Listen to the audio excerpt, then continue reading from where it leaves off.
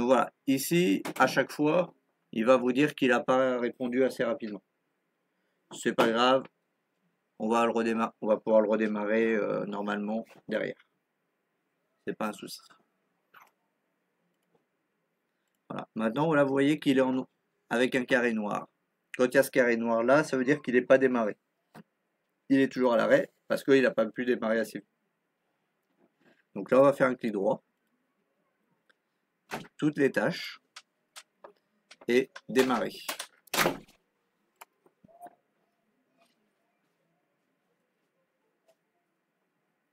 Et là, il dit bien maintenant que les services de déploiement ont été démarrés correctement. Maintenant, on va rentrer l'image de démarrage pour commencer. Bon, après, il n'y a pas d'ordre précis, hein. Vous pouvez rentrer l'image d'installation avant de rentrer l'image de démarrage, hein. Il n'y a pas de... C'est juste par habitude que je mets l'image de boot en premier et ensuite je mets l'image d'installation. Donc, on fait un clic droit dans la zone après avoir cliqué sur l'image de démarrage. Ici, parcourir. Et là, du coup, dans ce PC, on va chercher le lecteur qui contient nos sources, c'est-à-dire l'image ISO qu'on a copiée et qu'on a montée, ou l'image ISO qu'on a montée dans le lecteur CD de la machine virtuelle directement. Ensuite, on va dans Sources, c'est là que va se trouver les fichiers nécessaires. Et ensuite, là, ici, on voit boot.wim et install.wim. Donc, étant donné qu'on est dans l'image de démarrage, on va mettre du coup l'image de boot.wim. Parce que boot égale démarrage. Ici, on va lui donner un nom. Par exemple, boot x64. Description, on peut en mettre une si on veut.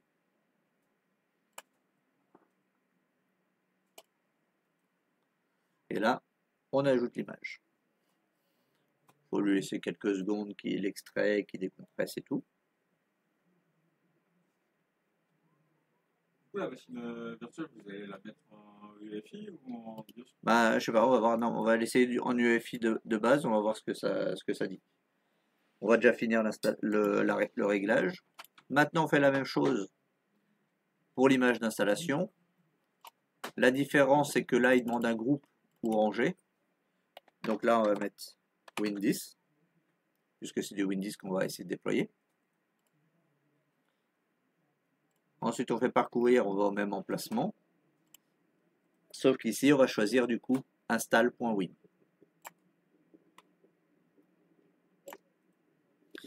Ici, du coup, il vous montre tous les types de Windows qu'on va pouvoir déployer si on les coche.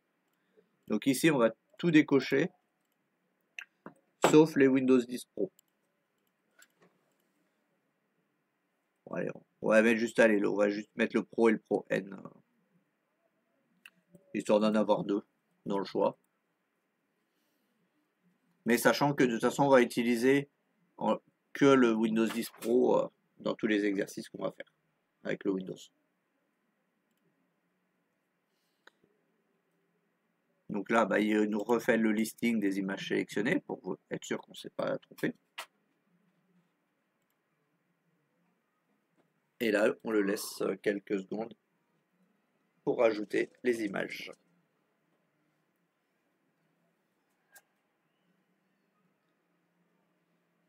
Éventuellement, on peut profiter de ces quelques secondes pour créer notre nouvelle machine virtuelle sur laquelle on va vouloir installer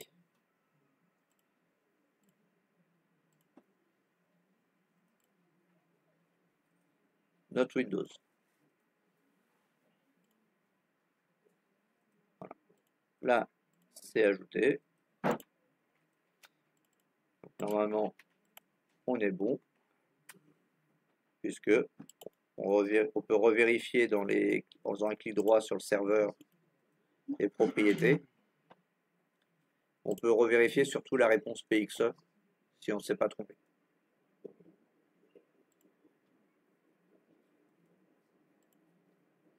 Voilà. Ouais.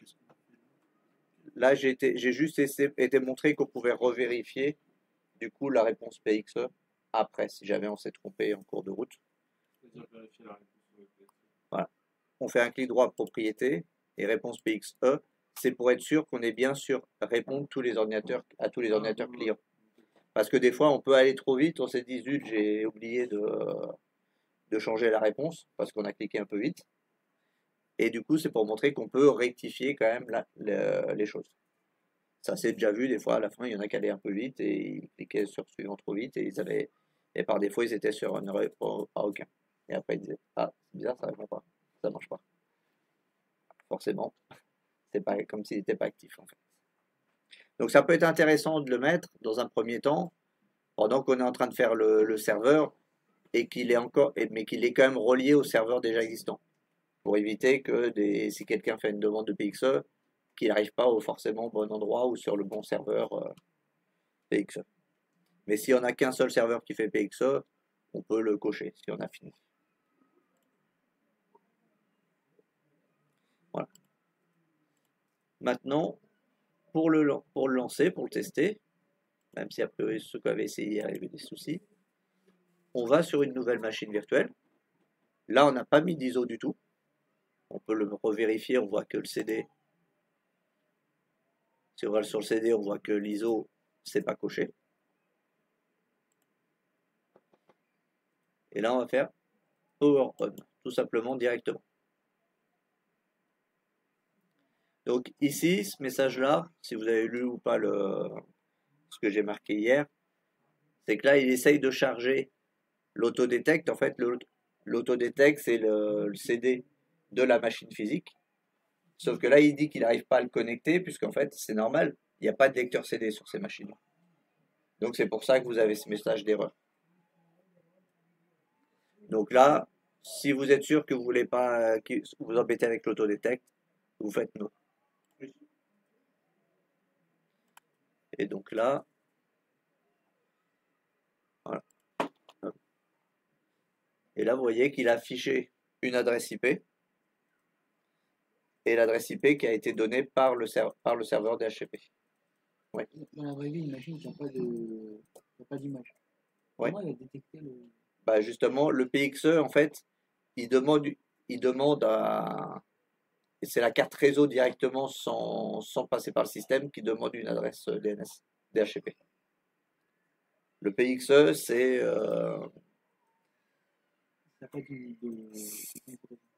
prêt. Ah, zut, j'ai un truc.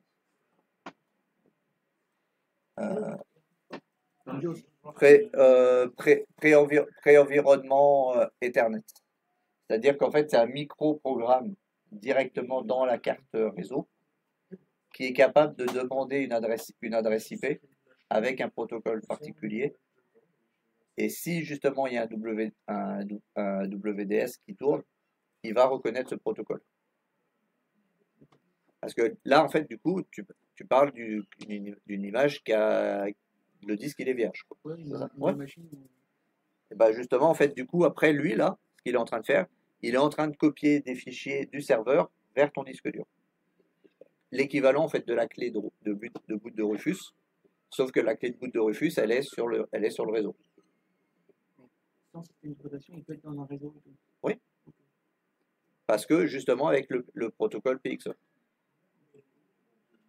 Le protocole PXE, c'est un protocole spécial, un espèce de micro système d'exploitation, mais très spécifique, qui va répondre au DHCP et qui va faire la liaison avec le WDS, s'il y en a. Les cartes réseau longues depuis Oui, depuis longtemps.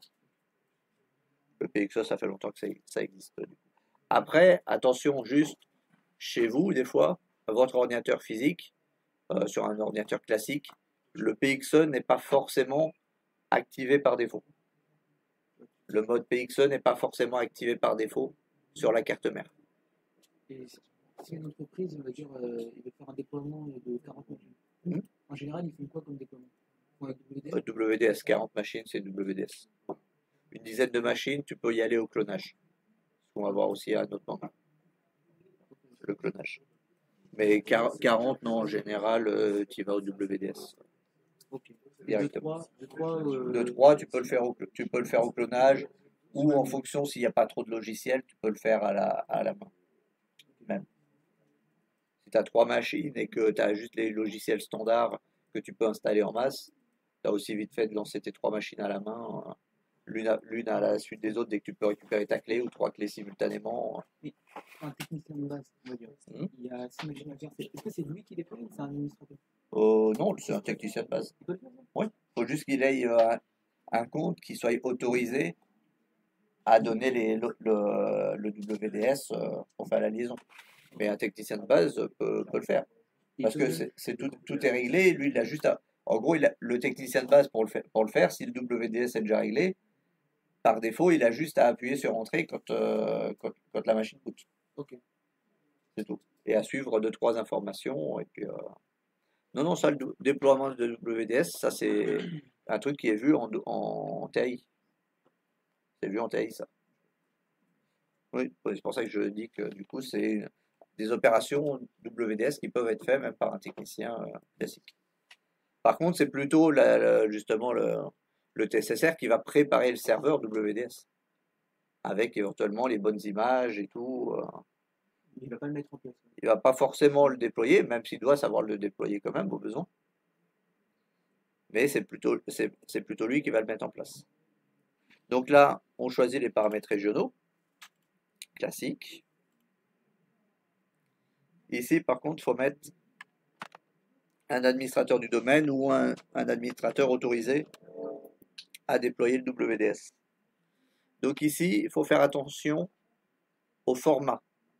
Donc là, vous voyez, il vous demande soit domaine/utilisateur ou utilisateur@domaine.com.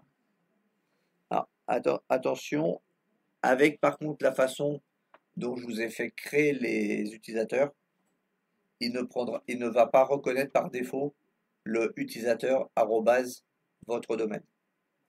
C'est un petit inconvénient potentiel à cette technique-là de créer des utilisateurs. C'est juste que du coup, il le crée comme mode domaine utilisateur, il le crée pas en mode email. Mais ça peut être rajouté par la suite. Donc ici, je vais mettre, donc du coup, j'ai mis stan. Donc là, vous mettez le début de votre nom de domaine. Vous mettez pas stan.rf, vous mettez juste le nom de votre nom de domaine, sans l'extension. Et ici, on va mettre ensuite administrateur. Après, logiquement, vous pouvez mettre aussi votre utilisateur qui est administrateur du domaine. Ensuite, on met le mot de passe qui va bien.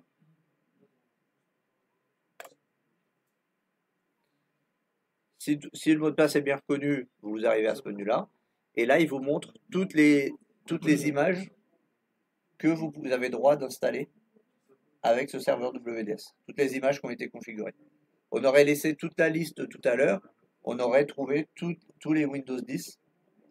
Avec WDS, on peut mettre une image personnalisée. Oui, c'est ce qu'on va faire après, pas aujourd'hui, mais plutôt demain, avec ce qu'on appelle le sysprep. Le sysprep permet d'avoir une image personnalisée. Donc là, je vais prendre mon Windows 10 Pro. Ouais, je vais prendre le Pro N pour changer. Ensuite, je fais suivant. Je choisis le disque dur de la machine sur laquelle je veux l'installer. Bon, j'en ai qu'un, donc toujours pas de problème. Et là, on rentre dans le mode d'installation classique de votre Windows. Ouais. Quand on dit faire une masterisation, ça veut dire cloner. Masterisation, c'est justement là on déploie une image maître. Donc en fait, ce qu'on va faire le sysprep, c'est la masterisation, c'est-à-dire qu'on va transformer un ordinateur qu'on a configuré en tant qu'image. Et il n'y a que sysprep qui peut utiliser pour faire la masterisation. Oui, après c'est plus du clonage. Okay. Il y a des logiciels qui font ça. Hein des logiciels de clonage, oui, on le fera avec Clonezilla. On va faire. Oui. Et du coup, comme vous dites que moi, moi en bio ça marche et en UEFI ça marche pas. Bonne question. Par contre, là, je sais pas en typical comment il me l'a réglé. Il me l'a réglé en UEFI. Et tu avais essayé de recréer une autre machine pour voir? Ouais, j'en ai fait une là. Ouais. Je sais pas. Pourquoi il ne devrait pas répondre? Bonne question. Bonne question. Là, à l'instant T, j'ai pas la Même pas réponse. sur les HEP, il reconnaît, Ouais, il fait une ouais. demande de WDS. Hmm. Dans les logs, j'ai bien la demande de WDS. Ouais. Mais en fait, Là, non, pas de message. j'avoue qu'à l'instant T, non, j'ai pas la réponse. Après, je sais que des fois, j'ai déjà eu des cas où le WDS s'était reconnu, mais pendant le transfert d'image, il y avait un problème. Ça, c'est une chose. Mais là, j'avoue que celui-là, là, j'avoue que là, comme ça, je vois pas. C'est pas un cas que j'ai eu. Avec les différents essais qui ont été faits, c'est pas. Pour moi, c'est Donc non, là, comme ça. Mais comme ça, là, j'ai pas les autres réponses. Voilà. Arrêter l'enregistrement, je reprendrai une fois que ça sera terminé.